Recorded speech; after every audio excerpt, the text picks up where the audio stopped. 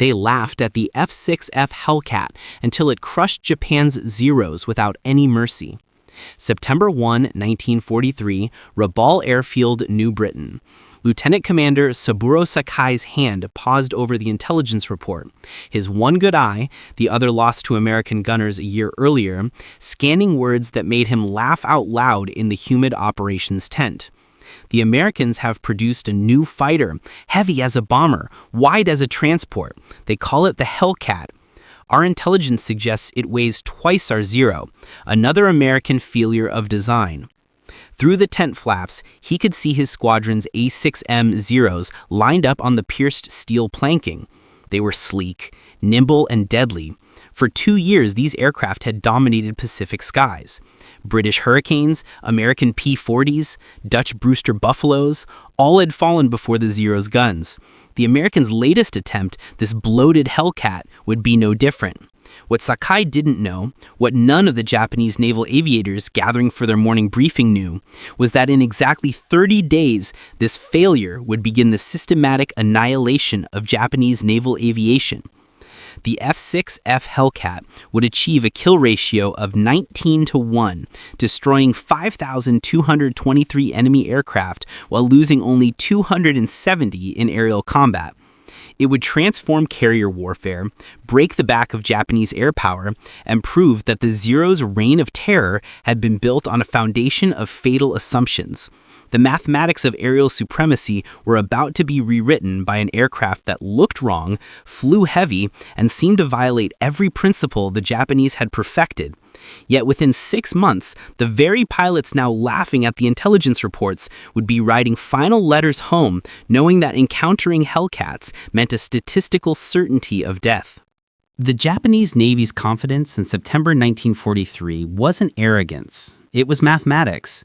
Since December 7, 1941, the Imperial Japanese Naval Air Service had achieved victory ratios that defied belief. At Pearl Harbor, they lost 29 aircraft while destroying 347. In the Philippines, they had 7 losses against 103 destroyed. Over Darwin, 2 losses versus 30. The British Far East Fleet's air arm was annihilated, and the Dutch East Indies Air Force was eliminated in days. At the center of this dominance flew the Mitsubishi A6M Zero, an aircraft that had rewritten the rules of fighter design. When captured examples were tested by American engineers in 1942, they initially refused to believe the performance figures. It was a fighter with the range of a bomber, the maneuverability of a biplane, and the firepower to destroy anything it caught. It seemed impossible. Warrant Officer Hiroyoshi Nishizawa, who would become Japan's ace of aces with 87 confirmed kills, described the Zero in his recovered diary. Flying the Zero is like wearing wings. The aircraft responds to thought, not just control input. American planes fly like trucks, powerful but clumsy. They build fighters like they build cars, heavy, overbuilt, wasteful. The Zero achieved its miraculous performance through a revolutionary design philosophy. Extra Super Duralumin, a classified aluminum alloy, created a structure 30% lighter than comparable American designs. No armor plate protected the pilot, and no self-sealing fuel tanks added weight. Even the radio was often removed to save 30 pounds. Every ounce was sacrificed for performance. The intelligence dismissal. The first reports of the F6F Hellcat reached Japanese intelligence through neutral Swedish sources in early 1943. The specifications seemed like propaganda or perhaps deliberate misinformation. The aircraft weighed 12,186 pounds loaded, while the Zero weighed 5,800.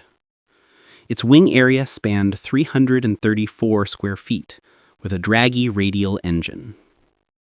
It carried 2,400 rounds of ammunition, armor plate everywhere, bulletproof glass, and self-sealing tanks holding 250 gallons of fuel.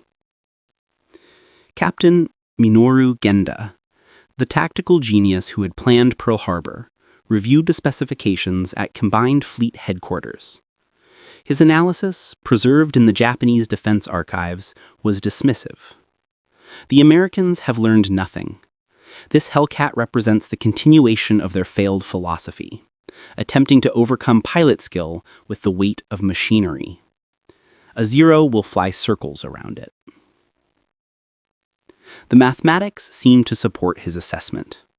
The Zero's wing loading of 22 pounds per square foot gave it a turning radius of 612 feet. The Hellcat's wing loading of 36.5 pounds per square foot suggested a turning radius over 900 feet. In a turning fight, the basis of all Japanese fighter tactics, the Hellcat would be helpless.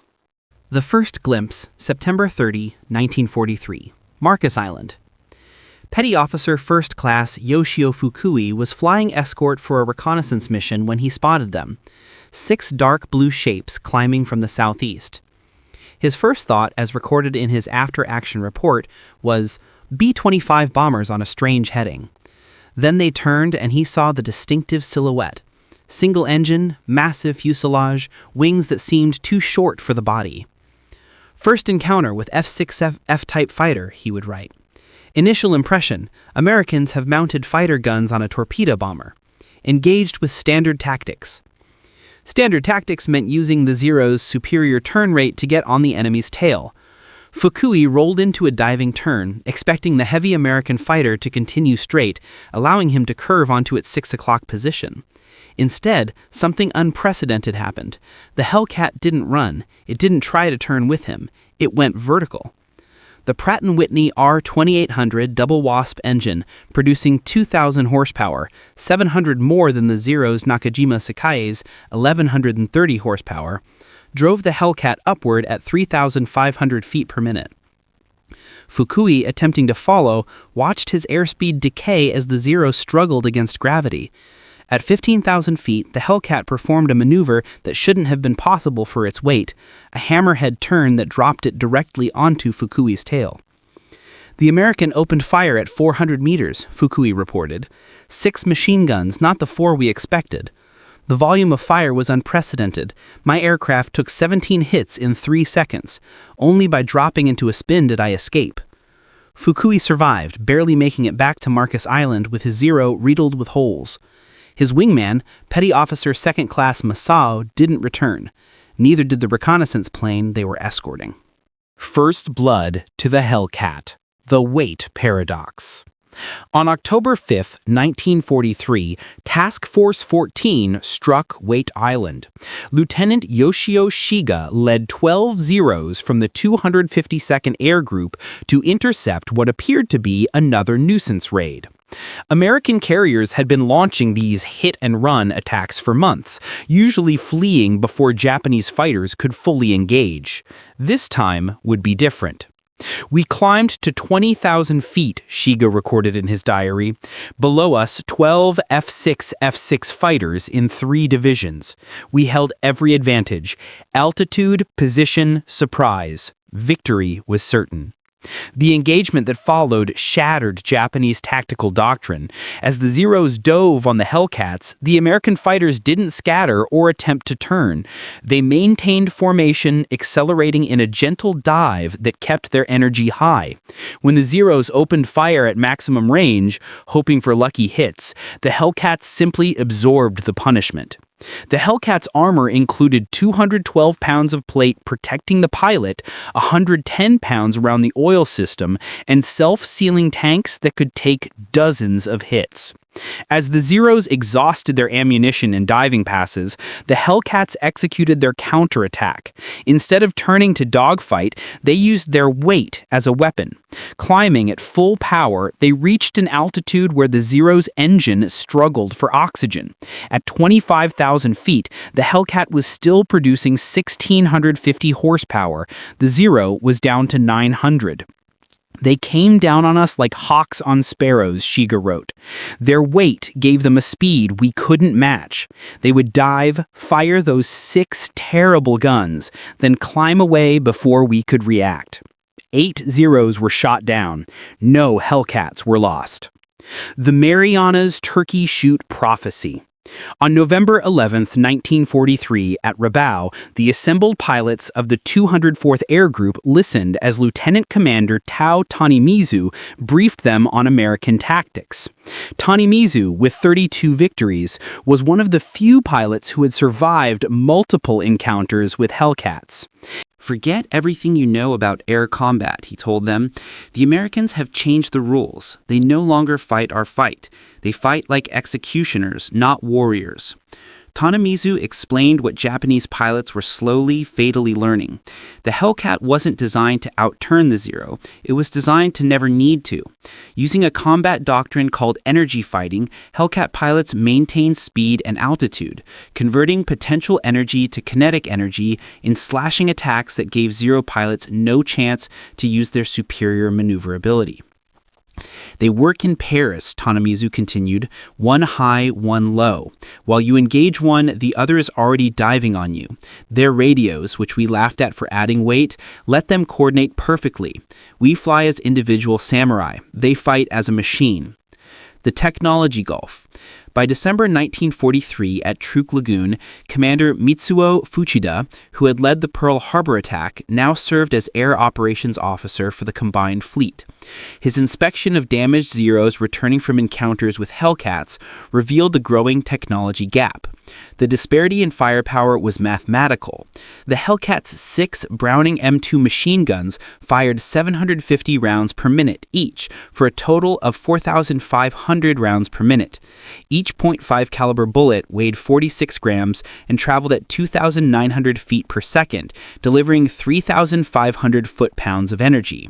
The Zero's 20mm cannons fired projectiles weighing 11 grams at 2,300 feet per second, delivering 750 foot-pounds of energy. More disturbing were the reports of American radar-guided fighter direction. While Japanese pilots still relied on eyesight to spot enemies, Hellcat pilots were guided to their targets by shipboard radar controllers, who could see Japanese aircraft from 50 miles away. Lieutenant Sadamu Komachi described his first radar-directed interception. "We were climbing through clouds when they hit us. No warning, no visual contact. Hellcats diving from above exactly on our heading, perfectly positioned. They knew where we were, our altitude, our course. We were blind men fighting those who could see in the dark." The pilot equation. By January 1944, the Japanese pilot crisis was becoming catastrophic. The pre-war Imperial Navy pilot training program had been the world's most demanding. Training took 3 years, with pilots entering combat with 700 flight hours. Army pilots received a minimum of 500 hours. They were artists of aerial combat, trained in aerobatics, gunnery, and the spiritual philosophy of air fighting. By early 1944, Japanese naval pilots were entering combat with 300 hours of flight time, and Army pilots with 200. Fuel shortages meant most training was done in gliders. Gunnery practice was limited to 50 rounds per pilot. Formation flying, instrument flight, and radio procedures were all eliminated to rush pilots to the front. Meanwhile, American pilots were arriving with a minimum of 300 hours, including 50 hours in type. They had fired thousands of practice rounds, practiced carrier landings until they were automatic, and learned energy tactics in safety over Texas airfields. Lieutenant Commander Yoshihiro Hashimoto, training officer at Kasumigaura Naval Air Station, wrote in his final report, "We are sending children to fight professionals. Yesterday, Ensign Yamamoto arrived at the front. He had never fired his guns in flight. We have no ammunition for practice. He had never flown at night. We have no fuel for such training. He lasted 7 minutes in his first combat." The Formosa Revelation. From October 12 to 16, 1944, in the Battle of Formosa, Vice Admiral Shigeru Fukudome, commander of the 2nd Air Fleet, committed everything to stop the American carrier raids. Over 700 aircraft, including the last trained pilots from the Homeland Training Squadrons, were sent. The Japanese claimed a spectacular victory. 26 carriers and battleships sunk, 300 aircraft destroyed. The reality, discovered only after pilots returned and gun camera footage was developed, was catastrophic. Actual American losses, 89 aircraft. Japanese losses, 329 aircraft, and almost every experienced pilot. Lieutenant Sadaki Akamatsu, one of the few surviving veterans, described the slaughter in his memoirs. The Hellcats were waiting at every altitude. As we climbed, they were above us. As we dove, they were below. They had divided the sky into grids, each section covered by a division. It was not combat. It was systematic extermination. The Great Mariana's Turkey Shoot. On June 19, 1944, in the Philippine Sea, the Japanese Navy committed its reconstituted carrier force to Operation A-Go, the decisive battle that would destroy American carrier power in the Pacific. They had 9 carriers, 450 aircraft, and their best remaining pilots. Against them, Task Force 58 had 15 carriers and 956 aircraft, 450 of them F6F Hellcats. Admiral Jisaburo Ozawa launched his strikes in 4 waves, confident that Japanese pilot skill and the Zero's range advantage would prevail. The first wave of 59 aircraft launched at 0830. American radar detected them at 150 miles. Hellcats were vectored for interception with perfect positioning, altitude advantage, sun at their backs, approaching from the Japanese blind spots. Lieutenant Zenji Abe, leading the fighter escort, saw the Hellcats minutes before engagement. They were stacked from 20,000 to 30,000 feet, at least 60 of them, waiting like a steel curtain. We were at 18,000 feet. Every advantage was theirs. The engagement lasted 12 minutes. Of 69 Japanese aircraft, 42 were shot down. Commander David McCampbell, CAG of Air Group 15, shot down 7 aircraft that single day. His wingman, Lieutenant Roy Rushing, got 6 more. The Zeros tried to turn with us, McCampbell reported. We simply refused. We'd make a high-side run, shoot one down, zoom climb back to altitude. They'd try to follow, stall out, and another Hellcat would pick them off. By day's end, the Japanese had lost 346 carrier aircraft, plus 50 land-based aircraft. American losses were 30 aircraft from all causes. American pilots in their ready rooms that evening coined the term Turkey Shoot. The enemy aircraft had been as helpless as game birds. The Leyte Gulf Record. On October 24, 1944, during the Battle of Leyte Gulf, Commander David McCampbell would set his single mission record. Leading 7 Hellcats from the USS Essex, he intercepted a force of 60 Japanese aircraft heading for the American fleet. In the ensuing 90-minute battle, McCampbell shot down 9 aircraft, 5 Zeros and 4 bombers, while his wingman, Roy Rushing, destroyed 6 more. I ran out of ammunition after the 9th kill. The Hellcat performed flawlessly throughout, not a single hit on my aircraft despite being outnumbered 8-1. This engagement demonstrated the complete reversal of air superiority. 7 Hellcats had routed 60 Japanese aircraft, destroying 15 without loss. McCampbell's 2 ace-in-a-day performances, 7 kills on June 19th and 9 on October 24th, earned him the Medal of Honor. This engagement demonstrated the complete reversal of air superiority. 7 Hellcats had routed 60 Japanese aircraft, destroying 15 without loss. McCampbell's 2 ace-in-a-day performances, 7 kills on June 19th and 9 on October 24, earned him the Medal of Honor and the Navy Cross. The psychological collapse. The aftermath of the Philippine Sea and Leyte Gulf battles produced what Japanese military psychologists later termed Hellcat psychosis among surviving pilots. Admiral Ozawa, in his after-action report, wrote, quote, "The enemy's radar-guided fighter direction achieved something we thought impossible, the industrialization of air combat. Each Hellcat was not an individual fighter, but a component in a vast machine. Our pilots, no matter how skilled, were engaging not planes, but a system." The pilot shortage became so acute that by early 1945, training was reduced to 40 to 50 hours for naval pilots and 60 to 70 hours for Army pilots. Kamikaze pilots received only 40 to 50 hours total, approximately 7 days of training. The Okinawa Apocalypse. From April to June 1945, in Operation Iceberg, the Japanese launched 1,900 kamikaze sorties against the American fleet off Okinawa. The Hellcat became not just a fighter, but a defender against the desperation of suicide attacks. Lieutenant Eugene Valencia, leading his Flying Circus division of Hellcats, shot down 23 Japanese aircraft during the campaign. His tactical innovations, using divisions of 4 aircraft in coordinated attacks, made traditional Japanese tactics suicidal. We developed what we called the mowing machine, Valencia explained. 4 Hellcats in a line abreast, separated by 100 yards, would sweep through Japanese formations at high speed. Each pilot covered his sector. We'd make one pass, climb back to altitude, and repeat. The mathematics of the Okinawa campaign were stark. Hellcats flew 38,038 combat sorties, claiming 2,351 victories against 249 losses, a 9.5-to-1 ratio. More significantly, they prevented approximately 80% of kamikaze aircraft from reaching their targets. The technology chasm. By 1945, the technological gap had become unbridgeable. The F6F Hellcat incorporated improvements that made it even deadlier.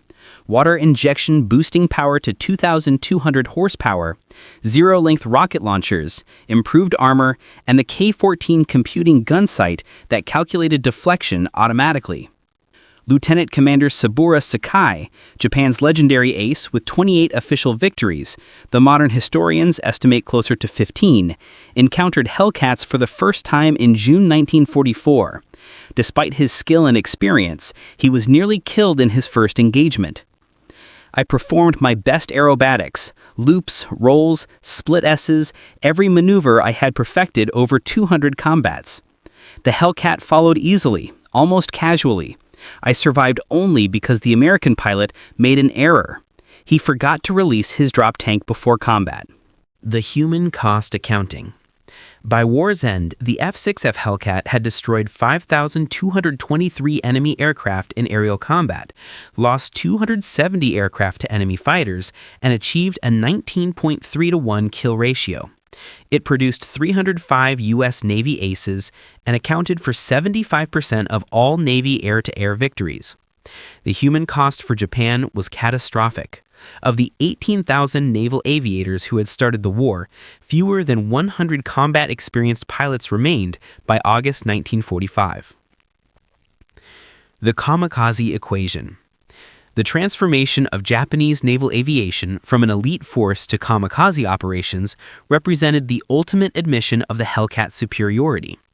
Unable to compete conventionally, Japan turned its pilots into guided missiles. Vice Admiral Takejiro Onishi, father of the kamikaze program, justified it with stark mathematics. If a Zero attacks a carrier conventionally, the probability of success is near zero. The Hellcats will destroy it. If the Zero becomes a bomb, the probability of hitting increases to 30%. The pilot dies either way. At least as a kamikaze, his death has meaning. On October 25, 1944, Hiroyoshi Nishizawa escorted the first official kamikaze mission, led by Lieutenant Yukio Seki, claiming his 83rd and 87th victories, 2 F6F Hellcats in the process. The next day, October 26, 1944, Nishizawa died as a passenger aboard a transport shot down by Hellcats from VF-14. Japan's greatest ace, helpless without a fighter, fell to the very aircraft he had briefly bested. The final testimony. On August 15, 1945, during Emperor Hirohito's surrender broadcast, Captain Minoru Genda, who had dismissed the Hellcat as weight over finesse, listened to the Emperor's words at Atsugi Airfield. Around him sat the remnants of Japanese naval aviation. Teenage pilots with 40 hours of flight time, aircraft cobbled together from spare parts, and empty fuel tanks.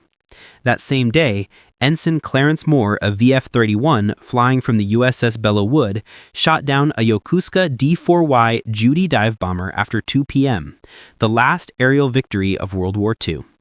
The Japanese pilot, apparently unaware of the surrender, was approaching the American fleet when Moore intercepted him. 2 short bursts of the Hellcat's 6 guns ended the Pacific Air War. The occupation revelation. In September 1945, at Atsugi Airfield, the first American aircraft to land after the surrender were 12 F6F Hellcats from the USS Yorktown. Japanese pilots, mechanics, and ground crew lined the runway to see their tormentor up close. American pilot Lieutenant Robert Vautu, an ace with 19 victories, demonstrated the Hellcat's capabilities to Japanese pilots. His casual aerobatics, loops, rolls, and climbs that would have torn a Zero apart left them speechless. "You have to understand," Vautu told them through an interpreter. "This isn't even pushing it. In combat with water injection, it's 20% more powerful. The plane is stressed for 13 Gs. I've never managed to break one." The engineering postmortem. Japanese engineers studying captured Hellcats after the war discovered the true extent of American industrial superiority. The Pratt & Whitney R2800 engine contained 2,840 precision-machined parts, each interchangeable with any other R2800 engine. The Nakajima Sakai required hand-fitting of components, so no two engines were exactly alike. Professor Jiro Horikoshi, the designer of the Zero, studied the Hellcat extensively after the war. His conclusion was devastating. "We designed an aircraft for 1941. They designed an aircraft system for 1945. While we were perfecting the sword, they were building the industrial age." The production miracle. Grumman's production of the Hellcat itself became a weapon. The Bethpage, New York factory operated 24 hours a day, 7 days a week. At peak production, a new Hellcat rolled off the assembly line every 60 minutes. The company produced 12,275 Hellcats in 30 months, a feat the Japanese couldn't comprehend. In 1944, Japan produced 5,100 fighters of all types. America produced 35,000 fighters that year alone.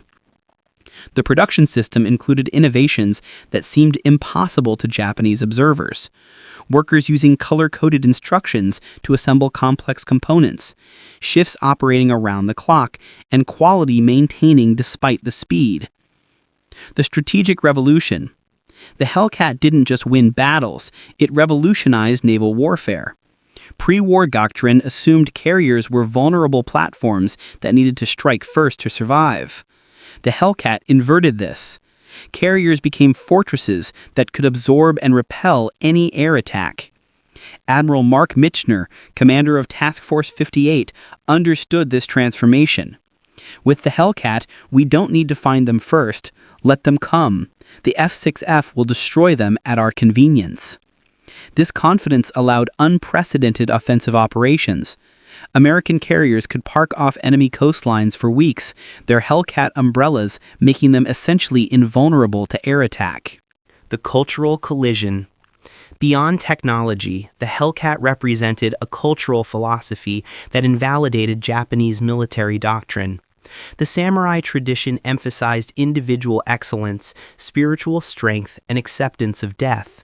The Hellcat embodied systematic efficiency, material superiority, and the preservation of life. This philosophical gulf meant Japanese pilots couldn't adapt to Hellcat tactics even when they understood them. The concept of refusing combat when disadvantaged, fundamental to Hellcat doctrine, was literally unthinkable to Japanese pilots trained in Bushido. The judgment of history. In 1962, the United States Navy held a symposium on Pacific War aviation. American and Japanese veterans gathered to discuss the conflict with historical perspective. Captain David McCampbell, the Navy's ace of aces with 34 victories, stated simply, "The Hellcat won the Pacific Air War, period. It destroyed Japanese aviation and made our victory inevitable." Commander Saburo Sakai responded, "The Zero was a superior fighter. The Hellcat was a superior weapon system. We never understood the difference until too late. We brought swords to a gunfight and wondered why we lost."